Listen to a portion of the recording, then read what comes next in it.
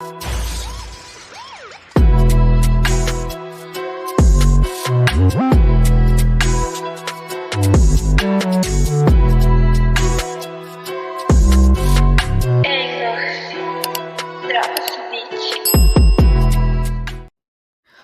back to Your Milk and Cereal, where we dive into the darkest corners of human nature to uncover the chilling stories that have shocked the world. I'm your host, Ramira Arlilia, and the owner of Your Milk LLC, where I create handcrafted skincare and self-care products. If you're new here, don't forget to like, subscribe, and hit that notification bell so you never miss a Saturday upload. Check out the description box below for more details on what I'm creating, and feel free to explore our website while you're there. So no one told me life was gonna be this way. My job's a joke, I'm broke, my love life's DOA. It's like I'm always stuck in second gear when it hasn't been my day, my week, my month, or even my year. But I'll be here for you when the rain starts to pour. I'll be here for you like I've never been before. I'll be here for you because you're here for me too. Before we dive into today's video, I want to make a quick public service announcement. At the end of each video, I say, thank you for joining me on this journey. What I mean by that is, I've taken a deep dive down a rabbit hole and I appreciate you for sticking with me to the very end. I want to be clear. I'm not a reporter, I'm not a journalist, and I don't claim to know any of the people I discuss personally. What I share here is based on publicly available information that I find through Google and other resources.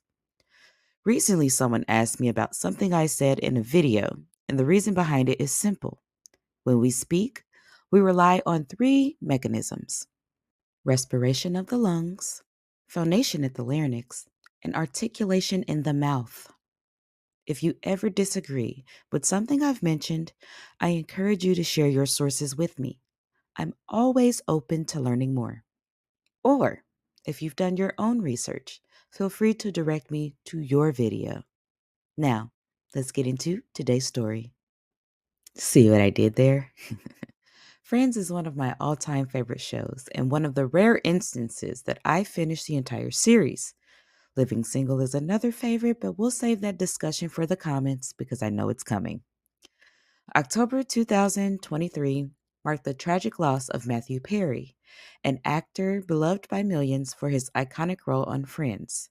His death sent shockwaves through the world, but as the initial grief settled, disturbing details began to emerge. Perry had long since had a struggle with addiction, a battle that cast a shadow over his life despite his efforts to stay clean. In the fall of 2023, some individuals saw an opportunity to exploit his vulnerability. These individuals, including his doctors, Salvador Plasencia and Mark Chavez, were not just medical professionals, they were dealers, seeing Perry as a payday rather than a person in need. At an August 15th press conference, prosecutors revealed chilling text messages between Plasencia and Chavez. Plasencia callously referred to Perry as a moron, wondering how much he could charge the actor for ketamine. Even more disturbing was Plasencia's desire to become Perry's go-to for drugs. Eric Fleming, another defendant, confessed his motive was purely financial, stating, "I wouldn't do it if there wasn't a chance of me making some money for doing this." These revelations paint a harrowing picture of how Perry's life was cut short by those he trusted. The consequences are severe. Plasencia faces up to 120 years in federal prison if convicted on all charges. Adding to this tragedy, Perry's personal live-in assistant, Kenneth, also played a role in his demise. With no medical training, he injected Perry with ketamine repeatedly, including on the day of his death. He has since pleaded guilty to conspiracy to distribute ketamine causing death, highlighting the gravity of his betrayal. Now, as I was reading the comment section on some of the videos that I watched pertaining to Matthew Perry's case, some of the viewers mentioned that this case echoes the tragic deaths of Whitney Houston and her daughter Bobbi Kristina. Like Perry, they both struggled with substance abuse, and their deaths involved drug-related complications in water settings. As I mentioned, I am not a reporter. I am not a journalist. So let's add to the list of the things that I am not, and that would be a lawyer. However, the legal outcomes differ sharply in all three cases.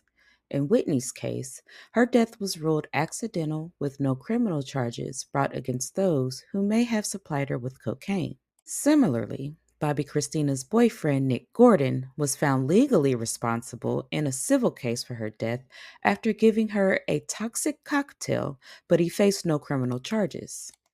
The differences in these outcomes highlight the complexities of the justice system. In Matthew Perry's case, the direct evidence of intent and profit motive led to criminal charges. In contrast, the case of Whitney Houston and Bobbi Kristina, while tragic, did not result in similar criminal prosecutions. The tragic common thread among these cases is the exploitation of vulnerability, whether through addiction or trust. But in Perry's case, justice is being pursued in a way that it wasn't for Whitney and Bobbi Kristina, a sobering reminder of how evidence, intent, and legal strategy shape the pursuit of accountability. But, me being the curious person that I am, I still have questions because I'm failing to see the difference. I've watched enough 21 Jump Street to know that infiltrate the dealers, find the supply. We get to be brothers? Infiltrate the dealers, find the supply. What if we find the supplier first? We don't have to worry about the dealer. God damn. Infiltrate the dealers, find the supply.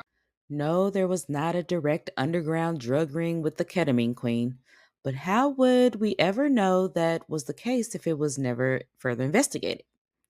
Someone will let me know in the comments, I'm sure.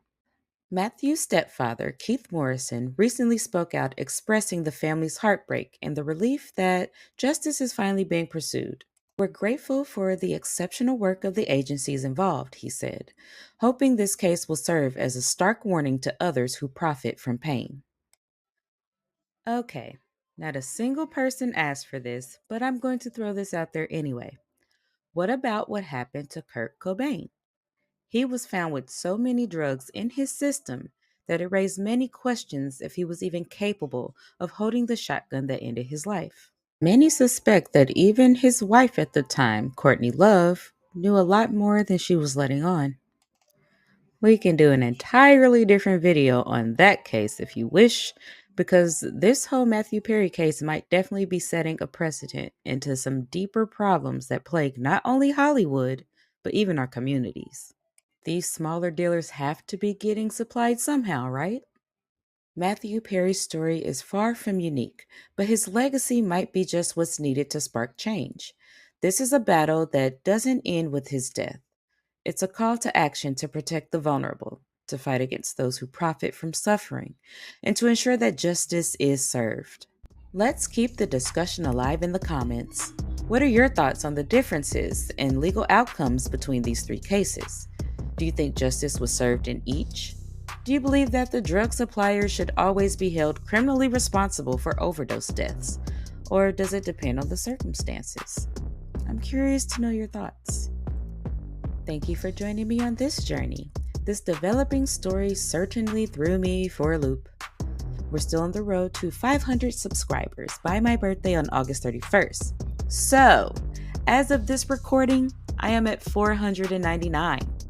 If you are that one person that found this video compelling, please give it a thumbs up, share it with your friends, and don't forget to subscribe to Your Milk and Cereal for more. Until next time, self-care and stay safe.